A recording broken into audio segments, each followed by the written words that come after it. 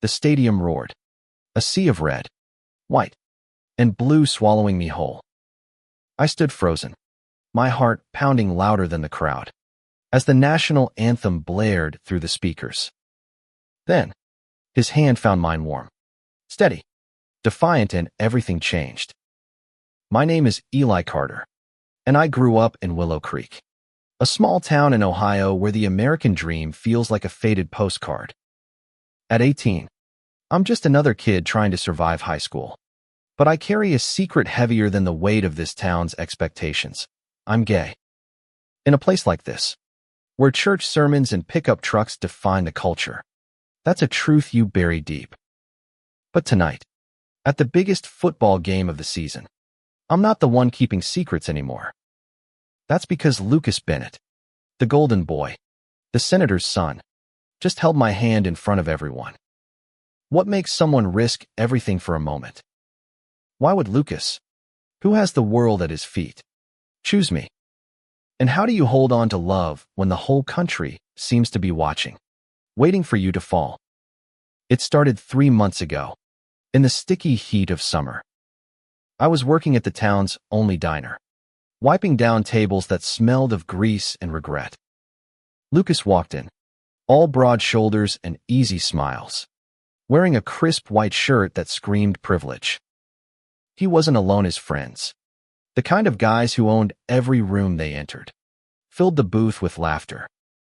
I kept my head down, like always. Invisibility was my armor. Do you ever smile, Eli? His voice cut through the diner's hum, low and teasing. I froze, rag in hand, and looked up to find his blue eyes locked on me. Lucas Bennett, the guy every girl in town dreamed about, was talking to me. Why would I? I muttered, glancing at his friends, who were too busy arguing over fries to notice. This place doesn't exactly inspire joy. He leaned forward, resting his chin on his hand. Maybe you're just not looking at the right things. What does it mean when someone sees you in a way you've never seen yourself? I didn't know then, but that moment was the spark. Lucas started showing up at the diner more often, always alone, always with that same disarming smile. We talked about music, about the stars, about the way Willow Creek felt like a cage. He never mentioned his father, Senator Bennett, whose campaign signs littered every lawn, preaching family values that didn't include people like me. I didn't ask. I didn't want to know. One night, after closing, he lingered outside the diner, leaning against his truck. The air was thick with cicadas and unspoken words. You ever feel like you're living someone else's life? He asked, his voice barely above a whisper. Every day, I said, kicking a pebble across the parking lot. But I don't have a choice. He stepped closer, his eyes searching mine. What if you did? What do you do when the person you're falling for is everything you're not? Lucas was the son of a man who could ruin me, a man whose speeches fueled the hatred I'd spent my life dodging. Yet, standing there, I felt seen. I felt possible. We started meeting in secret by the creek, in the woods, anywhere the town's eyes couldn't reach. Lucas told me about the pressure of being perfect, of carrying his father's name like a weight. I told him about the slurs I'd heard since I was 12, about the fear that kept me awake at night. We were opposites in every way, but when he kissed me under the oak tree by the water, it felt like the world made sense for the first time. But secrets don't stay buried in Willow Creek. Rumors started creeping through the town like wildfire. A glance held too long at the diner. A laugh shared in the school hallway. By the time the football game rolled around, I could feel the whispers following me. Lucas felt them too. His father's re-election campaign was in full swing, and every move he made was scrutinized. So why did he do it? Why, in the middle of the national anthem, with thousands of eyes on us, did he reach for my hand? As the anthem ended, the crowd's cheers turned to murmurs. I felt the weight of their stares, sharp and heavy. Lucas didn't let go. His grip tightened, and for the first time, I saw fear in his eyes, but also something fiercer. Defiance. Love. What happens when you stand up in a world that wants to keep you down? I didn't know yet, but I was about to find out. The game ended, but our story was just beginning. The stadium lights buzzed overhead, casting long shadows as the crowd dispersed. Lucas and I slipped away, his hand still clutching mine, pulling me toward the parking lot. My heart raced not from love, but from the terror of what we'd just done. We ducked behind his truck, the cool metal grounding me as I tried to breathe. Lucas, what were you thinking? I hissed, my voice low but sharp. Your dad's people were there. He ran a hand through his hair, his jaw tight. I'm tired of hiding. Eli, aren't you? What does it mean to be tired of hiding when hiding is all you've ever known? I wanted to scream that I wasn't ready, that his world wasn't mine, but the look in his eyes stopped me. There was no going back. The next morning, Willow Creek was a different place. My phone buzzed with notifications, texts from friends, screenshots of social media posts, and a blurry photo of us holding hands, already circulating online. Senator's son and scandal. One caption read. My stomach churned. Lucas called me before I could spiral further. Meet me at the creek, he said, his voice steady but urgent. We need to talk. The creek was our sanctuary, a place where the world's noise couldn't reach. I found him sitting on the bank, skipping stones across the water. He looked up, his face a mix of resolve and fear. My dad knows, he said simply. What did he say? I asked, my voice barely steady. He called it a phase. Said I'm throwing away his campaign as legacy for a mistake. Lucas's laugh was bitter. He doesn't even know you. What do you say when the person you love is torn between you and their family? I sat beside him, our shoulders brushing. Lucas, this isn't just about us anymore. If this gets bigger, it could ruin you. He turned to me, his eyes fierce. You're worth it. Those words should have felt like a victory, but they terrified me. I'd spent my life avoiding attention, blending into the background to survive. Now, I was the center of a storm I didn't choose. That night, I lay awake, replaying every moment his hand in mine. The crowd stares, the weight of a future I couldn't predict. School the next day was a battlefield. Whispers followed me down the halls, and eyes lingered too long. My best friend, Mia, pulled me aside at lunch. Eli, people are talking. Some are saying Lucas is just using you for attention. Others, they're not so kind. What do you think? I asked, dreading her answer. She hesitated, then squeezed my hand. I think you're braver than you know. But this town, it's not kind to people like us. What does bravery look like when it feels like fear? I didn't feel brave. I felt exposed, like a nerve laid bare. Lucas found me after school, his face pale but determined. We need to be careful, he said. My dad's team is spinning this. They're saying it was a misunderstanding, that we're just friends. The word friends stung more than it should have. Is that what you want? I asked, my voice cracking. No, he said, stepping closer. I want you. But I don't know how to do this without hurting you. We stood there, caught between love and reality. I wanted to believe we could face the world together, but the world wasn't ready for us. That night, I saw Senator Bennett on the news, his face calm as he dodged questions about his son's behavior. He spoke of youthful mistakes and family values, never mentioning me by name. I was a shadow, a problem to be erased. Lucas texted me later, meet me tomorrow. We'll figure this out. I wanted to believe him, but doubt crept in. What if this was too much? What if love wasn't enough? The next day, we met at the diner after my shift. The place was empty, save for the hum of the jukebox. Lucas slid into the booth across from me, his hands fidgeting. I told my dad I'm not backing down. He said, "He's furious, but I don't care." "What does that mean for us?" I asked, my voice small. He reached across the table, his fingers brushing mine. "It means we fight.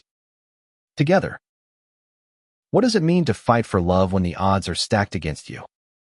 I didn't have an answer, but as his hand closed over mine, I felt a flicker of hope. Maybe, just maybe, we could carve out a place for ourselves in a world that didn't want us. But Willow Creek had other plans. As we left the diner, a group of guys from school was waiting outside. Their leader, Jake, stepped forward, his smirk cold. "So, Senator's son," he sneered. "You think you can just parade this around?" Lucas stiffened, his hand tightening on mine. "Back off, Jake," he said, his voice low. Jake laughed, stepping closer. "Or what? You gonna cry to Daddy?" The air crackled with tension. I felt the world closing in, the weight of every stare, every whisper. What do you do when love becomes a battleground? Jake's words hung in the air, sharp as a blade. Lucas stepped in front of me, his shoulders squared, but I could see the tremor in his hands. The parking lot felt like a cage, the diner's neon sign flickering like a warning. "Why do you care, Jake?" Lucas asked, his voice steady despite the tension. "This isn't about you." Jake's smirk widened. "It's about this town. You think you can just do that in front of everyone and walk away? What do you do when the world demands you justify your existence?" I wanted to run, to disappear into the night, but Lucas's grip on my hand anchored me. "Let's go," I whispered, tugging him toward the truck. But Jake wasn't done. He stepped closer, his friends fanning out behind him. "You're a disgrace, Bennett," he spat. "Your dad's gonna lose because of you." Lucas's face hardened. "My dad doesn't own me." The standoff ended when a car's headlights swept across the lot, startling Jake's crew. They scattered, but not before Jake threw a final glare. "This isn't over," he said, his voice a promise. We drove to the creek in silence, the weight of the night pressing down on us. Lucas parked and turned to me, his eyes searching. "I'm sorry," he said. "I didn't think it'd get this bad." "Didn't you?" I asked, my voice sharper than I meant. "You're the senator's son. You knew what this would do." He flinched, and guilt twisted in my chest. What does it mean to love someone when every choice feels like a wound? I reached for his hand, my fingers trembling. "I'm scared, Lucas. This town, it's not safe for us." He nodded, his thumb brushing over my knuckles. "I know, but I can't go back to pretending." The next few days were a blur of whispers and stares. School became a minefield graffiti on my locker. Notes slipped into my backpack with words I'd rather forget. Lucas faced his own battles. His father's campaign team tightened their grip, scheduling him for photo ops and public appearances to clean up the narrative. Every time I saw him smile for the cameras, my heart ached. Was he fighting for us, or for the image he was trapped in? One night, he showed up at my house, his eyes red-rimmed. "They want me to make a statement," he said, pacing my tiny bedroom. "They wrote a script. I'm supposed to say I was confused, that it was a mistake." My stomach dropped. "And what did you say?" "I told them to go to hell," he said, his voice fierce. "But Eli, they're not stopping. My dad, he threatened to cut me off." What does it mean to choose love over family? I wanted to tell him to fight, to stand with me, but the words caught in my throat. Instead, I pulled him close, our foreheads touching, We'll figure it out, I whispered, though I wasn't sure I believed it. The town's tension boiled over at a community rally for Senator Bennett. Lucas was supposed to speak, but he'd warned me he might not show. I went anyway, blending into the crowd, my heart in my throat. The senator took the stage, his smile polished but strained. "My son is young," he said, addressing the rumors. "He's learning who he is, and I stand by him." The crowd clapped, but I saw the lie in his eyes. He wasn't standing by Lucas, she was burying him. Then, from the back, Lucas's voice rang out. "Dad, stop." The crowd parted as Lucas strode forward, his face set with determination. He climbed onto the stage, ignoring his father's glare. "I'm not confused," he said, his voice clear over the microphone. "I'm in love with Eli Carter, and I'm not ashamed." The silence that followed was deafening. My breath caught, torn between pride and terror. What happens when you speak your truth to a world that doesn't want to hear it? Senator Bennett's face twisted, but he recovered quickly, pulling Lucas off the stage. I pushed through the crowd, desperate to reach him, but security blocked my path. "Lucas," I called, my voice lost in the chaos. He looked back, his eyes locking on mine. "I'm okay," he mouthed, but I saw the fear beneath his bravado. That night, I waited by the creek, but Lucas didn't come. My phone stayed silent, and dread settled in my bones. Had I pushed him too far? Was this the price of love? When he finally called, his voice was hoarse. "They're sending me to a camp," he said. "Some conversion program. I leave tomorrow." My world tilted. "No," I whispered. "You can't go." "I don't have a choice," he said. "But I'm not giving up. I'll find a way back to you." What do you hold on to when the person you love is being torn away? I didn't sleep that night, my mind racing with plans, none of them good. The creek, our sanctuary, felt empty without him. But as dawn broke, I made a decision.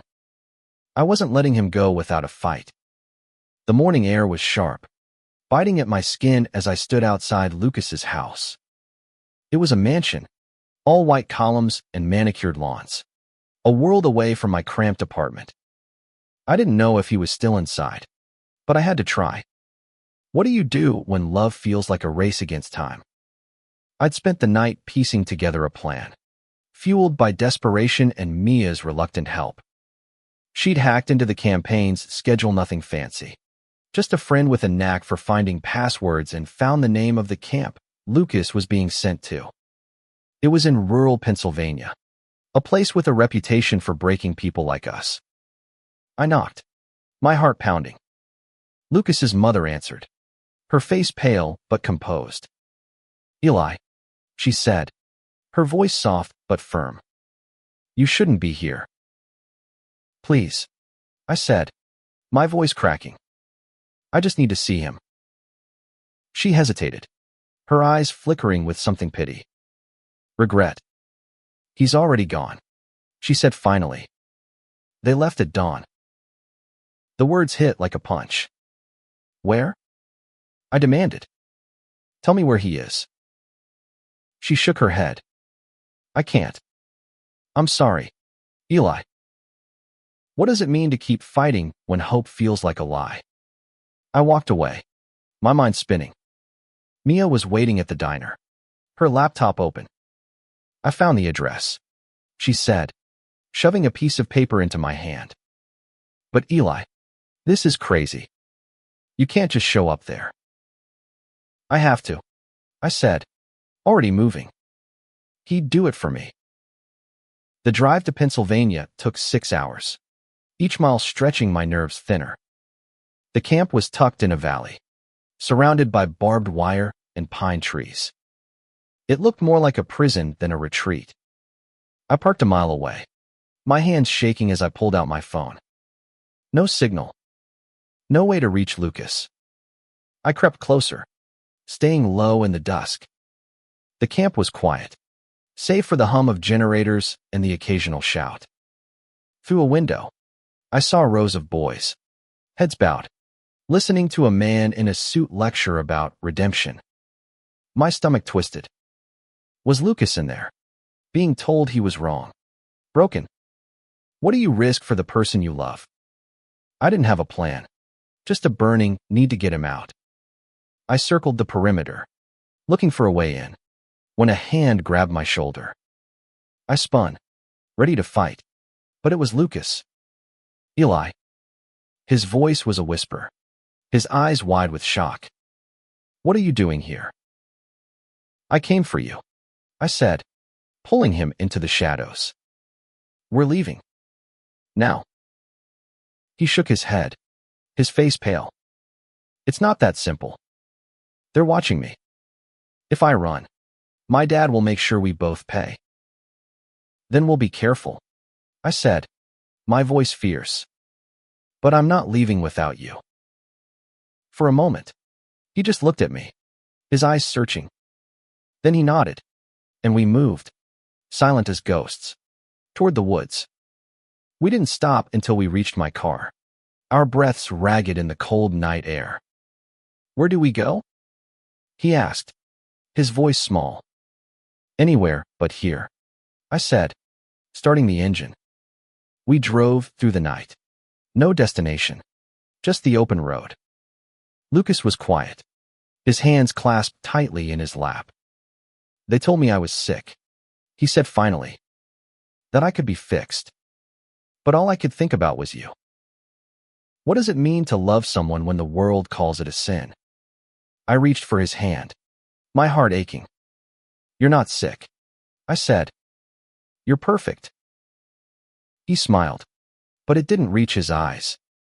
My dad's not going to stop. Eli. He'll find us. Let him try, I said, though fear gnawed at me. We stopped at a motel just before dawn, too tired to keep going. The room was small, the air stale, but it felt like freedom. We lay on the bed, fully clothed, our hands intertwined. I'm sorry, Lucas whispered. I didn't mean to drag you into this. You didn't, I said. I chose you. What happens when love is the only thing keeping you going? We fell asleep, tangled together, but the world wasn't done with us. At dawn, my phone buzzed with a message from Mia. Senator's team is looking for you. Be careful. We had to keep moving. But where? The road ahead was uncertain, and the weight of Lucas's father loomed like a storm. Yet, as I looked at him, sleeping peacefully for the first time in days, I knew one thing: we'd face it together. The motel's neon sign flickered outside, casting a red glow across Lucas's face as he slept. I watched him, my chest tight with a mix of love and dread. We were fugitives now, running from a world that didn't understand us. What do you do when the road ahead feels like a dead end? I checked my phone again, Mia's warning still burned in my mind. Senator Bennett's team was closing in, and we had no plan, no money, just a beat-up car and each other. I nudged Lucas awake. We need to move, I said softly. He blinked, his eyes heavy with exhaustion. Where to? I don't know, I admitted. But we can't stay here. We hit the road before sunrise, the highway stretching endless and gray. Lucas stared out the window, his silence heavier than the engine's hum. What if we just disappear? He said finally. Start over somewhere new. Where? I asked, my voice tight. Everywhere's the same. Lucas. People like us, we don't get to just disappear. He turned to me, his eyes fierce. Then we make them see us. We stop running. What does it mean to stop running when the world is chasing you? His words lit something in me, a spark of defiance I'd buried for too long. We pulled into a gas station, the clerk eyeing us warily as we paid with crumpled bills. Lucas grabbed a map, spreading it across the hood. There's a city a few hours away, he said, pointing. They've got a community center. People who might help us. I nodded, hope flickering despite the fear. Okay. Let's try. The city was louder, brighter, a stark contrast to Willow Creek's suffocating quiet. The community center was a small building tucked between high-rises, its walls covered in rainbow flags and posters about acceptance. Inside, a woman named Sarah greeted us, her smile warm but cautious.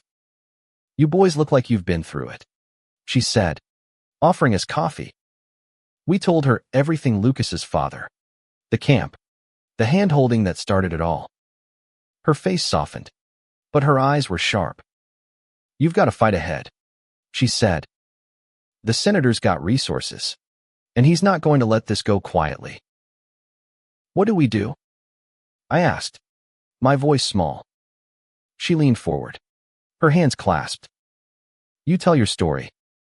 The world needs to hear it, not his version. What does it mean to tell your truth when it could destroy you? Lucas squeezed my hand under the table, his resolve steadying me. Sarah connected us with a journalist, a woman named Rachel who specialized in stories the mainstream ignored. We met her in a cramped coffee shop, her recorder blinking like a warning light. Start from the beginning, Rachel said, her pen poised. Lucas spoke first, his voice steady as he recounted the anthem, the camp, the weight of his father's name. I filled in the gaps: me fear, my love, the way Willow Creek tried to erase us. Rachel listened, her face unreadable. This could go viral, she said finally. But it's going to get messy. Are you ready for that?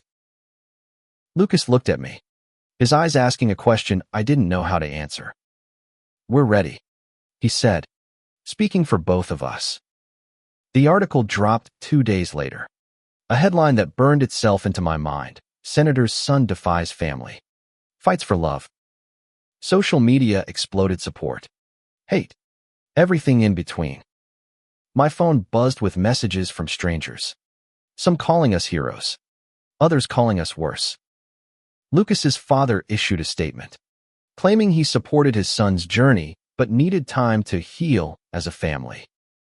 It was a lie, polished and cold.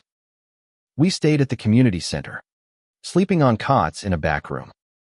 Sarah became our anchor, teaching us how to navigate the chaos. But the world outside was closing in. Protesters gathered outside the center, some with signs quoting scripture, others with rainbow flags. Lucas's father sent a lawyer, offering a deal: come home, deny the story, and everything would be fixed. I'm not going back, Lucas told the lawyer, his voice firm. This is who I am. What happens when you choose yourself over the world's expectations? The lawyer left, but the pressure didn't. That night, Lucas broke down, his head in his hands. I didn't think it'd be this hard, he whispered. What if I'm ruining your life? You're not, I said, pulling him close. You're giving me one.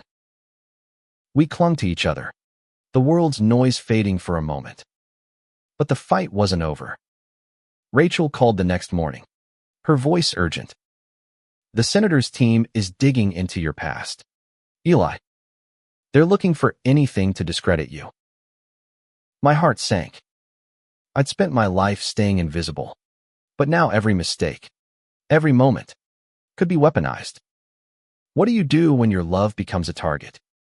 The community center's fluorescent lights buzzed overhead, casting stark shadows on the walls.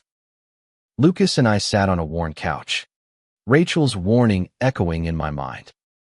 They were coming for me, Senator Bennett's team, armed with money and malice, ready to tear my life apart.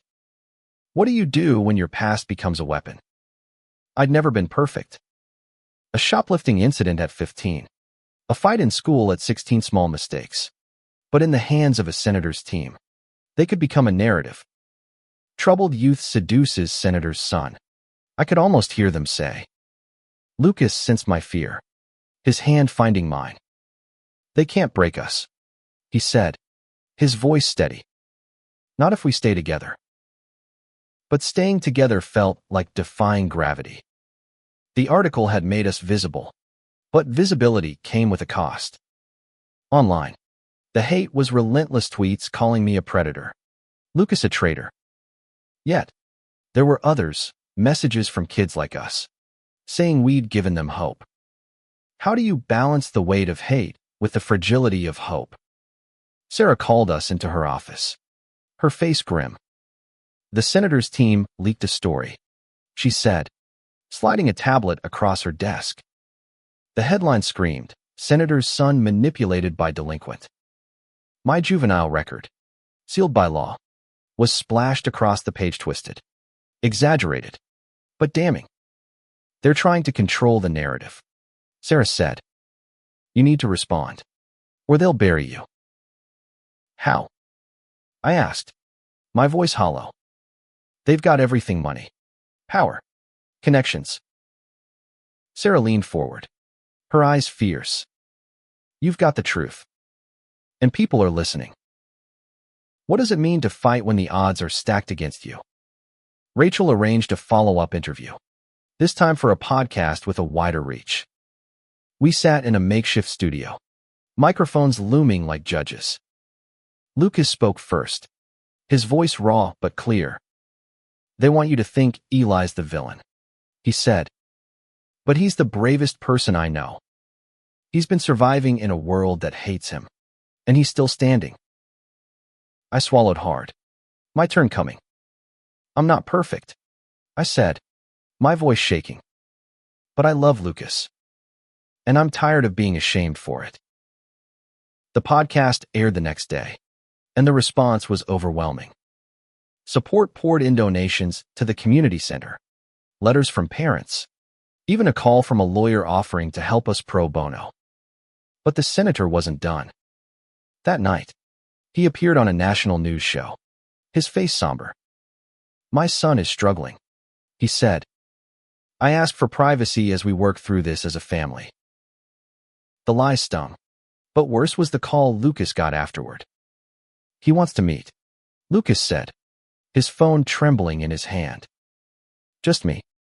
No cameras. No team." "Where?" I asked, dread pooling in my stomach. "A hotel downtown," he said. "Tomorrow." What do you do when the person you love has to face their demons alone? I wanted to go with him, to stand between him and his father's cold ambition. But Lucas shook his head. "I need to do this," he said. "For me." The next day, I waited at the community center, my nerves fraying with every passing minute. Sarah kept me busy, sorting donations, but my mind was with Lucas. What was his father saying? Was he offering love or ultimatums? When Lucas returned, his face was unreadable. He sank onto the couch, his hands clasped tightly. He offered me a deal. He said finally, "Go back to Willow Creek. Finish high school. Keep quiet. In return, he'll leave you alone." My heart stopped. "And what did you say?" I told him no, he said, his voice breaking. "But Eli, he's not going to stop. He said he'll make sure you're taken care of." The threat hung between us, cold and heavy. What does it mean to love someone when it puts them in danger? I pulled him close, my arms shaking. "We'll figure it out," I said, echoing words I'd said before, hoping they still held weight. Sarah overheard, her face set with determination. "You need to go public again," she said. "Bigger this time. A rally, a speech, something they can't ignore." The idea terrified me, but Lucas nodded. "Let's do it," he said. "Let's show them we're not afraid." We spent the next day planning, the community center buzzing with volunteers. The rally was set for the city square, a public stage for our truth. As the day approached, I felt the weight of every choice we'd made. Were we heroes, or were we fools? The morning of the rally. Lucas woke me with a kiss. "Whatever happens," he said, "I'm glad it's with you." What do you hold on to when the world is watching? I didn't know, but as we stepped into the square, hand in hand, I felt ready to find out. The city square was alive with noise chants, cheers, and the hum of a crowd that stretched beyond my vision. Rainbow flags waved alongside signs reading, "Love wins," and "Stand with Eli and Lucas." My heart pounded as we stepped onto the makeshift stage, Lucas's hand warm in mine. What does it feel like to stand exposed before the world?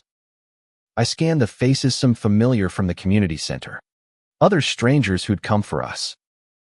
But there were others too, their signs quoting scripture, their eyes burning with judgment.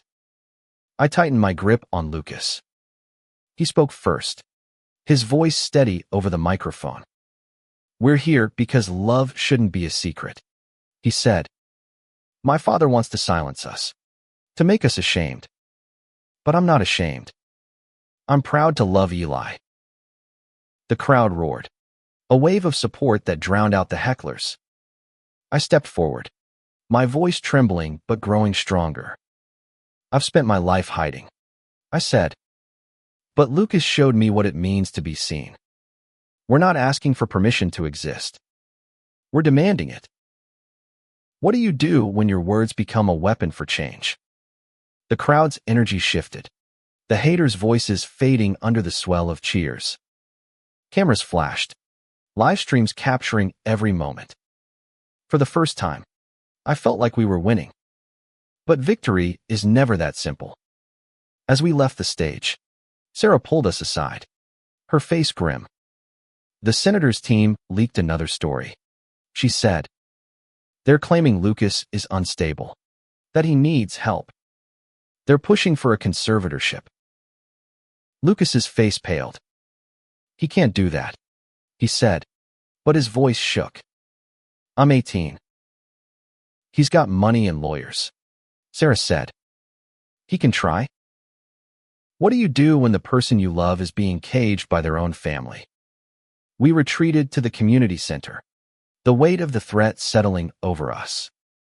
Rachel joined us, her laptop open to a flood of new messages support, but also death threats, calls for us to disappear. "You've got the world's attention," she said. "Now you need to keep it." We spent the night strategizing, drafting a response to the senator's claims.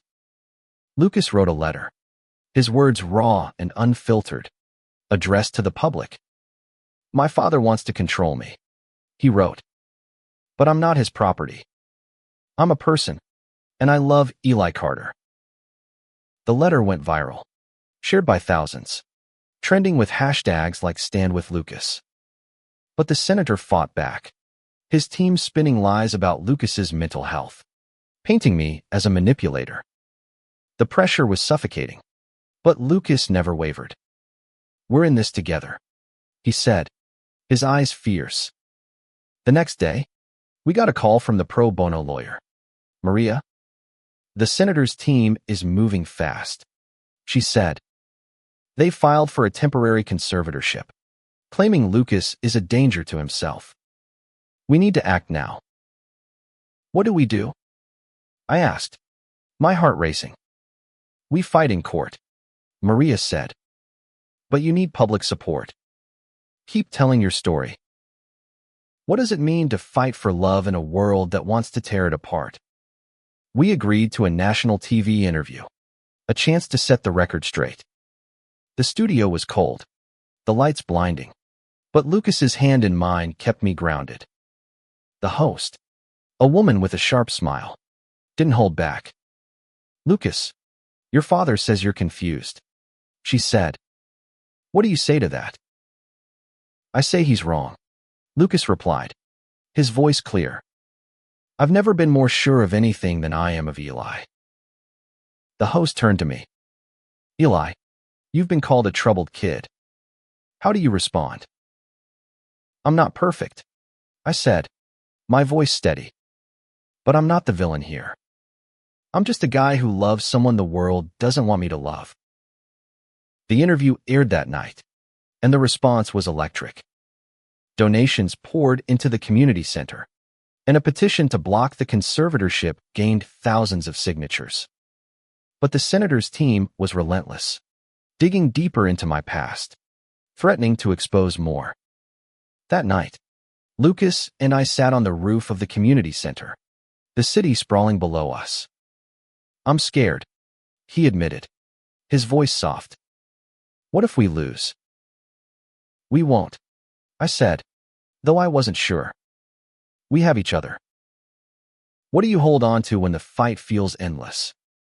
As the stars blinked above, I knew one thing: no matter what came next, we'd face it together. The courtroom was a sea of suits and whispers, the air thick with tension. Lucas and I sat side by side, our hands clasped under the table as Maria faced the judge. Senator Bennett sat across the room, his face a mask of calm authority. What does it mean to fight for your freedom when the world is watching? The conservatorship hearing was our last stand, a battle to prove Lucas was his own person, not his father's pawn. Maria presented our case letters from supporters, the podcast, the petition with over 1 million signatures. "Lucas Bennett is an adult," she said, her voice ringing. "He has the right to love who he chooses." The senator's lawyer countered, painting Lucas as unstable, me as a threat. They dragged up my past, twisting every mistake into proof I was dangerous. But Lucas took the stand, his voice steady. "I'm not confused," he said. "I'm not sick. I'm in love with Eli, and I choose him." What do you do when your truth becomes your shield? The judge listened, her face unreadable. I testified next, my voice shaking but clear. "I've spent my life hiding," I said. "But Lucas gave me a reason to stop. We're not hurting anyone. We just want to live."